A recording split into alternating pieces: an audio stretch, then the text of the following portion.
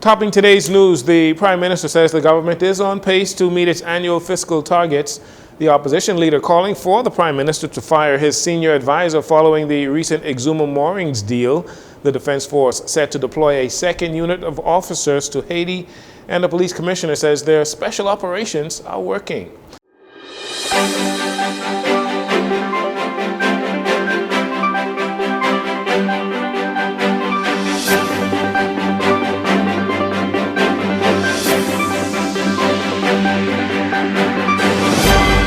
This is your JCN Evening News. I'm Jarino Saunders. Thank you so much for joining us. At the halfway point of the fiscal year 2024-2025, Prime Minister Philip Davis, the Minister of Finance, said the economy of the Bahamas has proven to be resilient and is heading in the right direction. However, he noted that the government must remain on alert and seek alternatives in the face of rising global trade tensions that could adversely impact the Bahamas economy. He cited record numbers in the tourism industry, record numbers in revenue collection and value-added tax collections as the reasons for the economic stability. He said the increase in revenue collections has helped lower the fiscal deficit and will allow the government to focus on more infrastructural developments. The fiscal landscape of the nation is showing promising signs of sustainability, paving the way for further investments in public services and infrastructure, as well as meeting our revenue and overall fiscal objectives. Indeed, enhanced revenues have had a major hand in narrowing the fiscal deficit from 13.1% of GDP in fiscal year 2020-2021, 13.1% of GDP in fiscal year 2020-2021, from 13.1% to 1.3% in fiscal year 2023-2024. As it relates to the government's expenditure in the first half of the fiscal year, Mr. Davis revealed that the government spent $1.8 billion, representing an increase of $278.3 million over the previous fiscal year. He said the total expenditure represents 59.9% of the annual budget target, which is in line with the budget estimate. He explained how the money was spent and why it exceeded last year's first half spend. The key spending components during the period comprised the following: an increase in compensation for employees, public servants, by $16.9 million to $434.6 million, representing a 49.6% of the budget target. Increased spending in this component is explained by higher employment costs due to promotions and other staff and salary adjustments during the period. Spending on the use of goods and services increased by $94.8 million to $346.6 million and accounted for 50.4% of the annual budget target. This increase was driven by payments for rent, utilities, acquisition of services, and special financial transactions. Despite the increase in expenditure, Prime Minister Davis said there is no need to be concerned. At this juncture, Mr. Deputy Speaker, in the fiscal year, as I explained above, on the basis of anticipated expenditure and revenue trends in the second half, there's no need for alarm with respect to our ability to achieve our fiscal targets.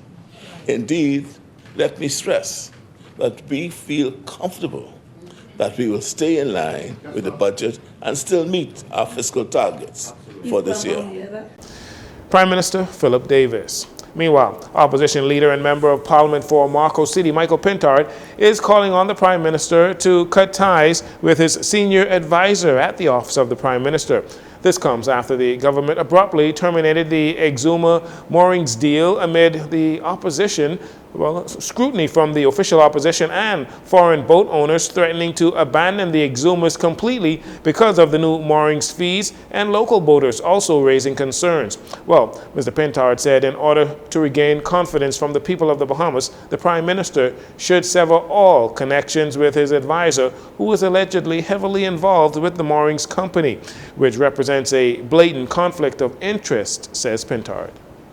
We believe that it's critical that the government have a full and transparent investigation into the matter. There are too many unanswered questions that strike at the heart of lack of accountability and transparency by the government and insider dealing and conflict of interest. No less than the Prime Minister's signature is on the document. So the Prime Minister cannot excuse himself from this matter and pretend as if he is the one that's ending this arrangement that does not pass the smell test. And no less than the Prime Minister moved the bill on transparency and accountability as he presented the Independent Investigation Commission bill. And so he has a lot of questions that he needs to answer. And if it is true that his most senior advisor is integrated fully in this matter, then the Prime Minister, to protect what is left of his reputation, has to part ways with his advisor. A female employee at the office of the Prime Minister, along with her husband, were also allegedly set to benefit from that moorings deal. According to official reports, the company did not have permission to install the moorings and subsequently charge anchoring fees. Bahamas Mooring has voluntarily relinquished the seabed leases and will remove all of the moorings and buoys installed so far. The investment was said to be approximately $2.5 million. Meanwhile, Prime Minister Philip Davis says the moorings project is a good one and that the government will take a new, more comprehensive approach to accomplishing that goal. Despite the somewhat controversial deployment of the first 6 Royal Bahamas Defense Force officers to Haiti last year to assist the multinational force tasked with suppressing Haitian gangs and bringing law and order to Haiti, a second group of Defense Force officers are preparing for deployment. This, according to Royal Bahamas Defense Force Commodore Dr. Raymond King, who was speaking on the ZNS TV talk show The Rundown with host Clint Watson on Tuesday. Dr. King explained that the Bahamian officers are not on the ground in Haiti, but are tasked with maritime border control, or border patrols rather. He said so far the Bahamian officers have been safe. However, he said they are concerned about the gang violence in Haiti, especially in light of the multinational force and the Haitian police suffering casualties in recent days. The team has been relatively safe in the life support area, but the violence continues in Haiti. They feel relatively safe, but they're very concerned because just outside of that life support area is where the violence occurs. You're in there, you have to be on your alert at all times.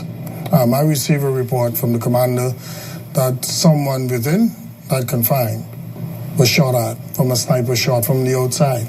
And so even being in that life support area carries inherently a level of risk. I think the mission would have experienced its first fatality about 2 days ago. A Kenyan officer was shot in an operation. And you had, I think, a few Haitian National Police and members of their FAD unit, and it was 3 of them probably succumbed in operations today in Haiti. It's a serious business being in Haiti. According to Dr. King, the first group of 6 officers will end their 6-month tour in the next 5 weeks. He said the Royal Bahamas Defense Force is looking to increase the number of officers in the second deployment in order to man more areas as part of the maritime patrols.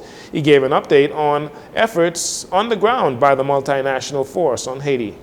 Okay. Primarily, you have the Kenyans working alongside the Haitian National Police, and Guatemala would have just sent 150 military members who I assume would be a part of that fight. But the Jamaicans, Belizeans, and us, we're part of that command and control component as it stands now. That's the authorized role that we are fulfilling by order of the National Security Council. Royal Bahamas Defense Force Commodore Dr. Raymond King. And finally, in this segment, in recent weeks, there have been a number of mornings where Police public relations officers have informed the media that the night had been quiet and there were no serious crimes to report in the capital or anywhere in the country, which occurred on Monday and Tuesday mornings this week. This could be a sign that some of the anti-crime initiatives are working. Well, on Monday, Commissioner of Police Jcn News shared details about one of those crime-fighting initiatives dubbed Operation Resolute. Over the past weekend, we held an Operation Resolute. We saw the success of that operation, which was tailored towards the entire New Providence for the weekend. As the minister has announced, the project has already begun in Nassau Village and Carmichael, where we've been executing warrants, where we have been stopping vehicles that we suspect are carrying illegal contrabands and weapons. We've been issuing fixed penalty notices to those persons who are in contravention of the traffic laws. And so we are pleased with what we have seen on the weekend, the efforts of the police, and we do believe that as we continue in these communities, we will see a reduction in crime, especially crimes against the person. The commissioner says Operation Resolute will continue and officers will collaborate with their counterparts from another special operation called Black Scorpion. As we move forward with this initiative, we will continue to execute search warrants on places our intelligence tell us are drug houses or drug shops in the community. We are using our intelligence agencies to go out into these communities to find the information for us so that our Black Scorpion operation team can go back out and execute. And of course, with the assistance of the community, the police stations in each particular community. Our intentions is to close down every single one of them because as we all know, drugs are getting into the hands of our young people, and that is exactly what we're trying to stop. This from getting into the hands of our young people, and which is also fueling the crimes in our communities. Commissioner Knowles was speaking at the Clear, Hold and Build Anti-Crime Press Conference at the Office of the Prime Minister. You're listening to JCN News. We'll take a break here. We'll be right back following these commercials.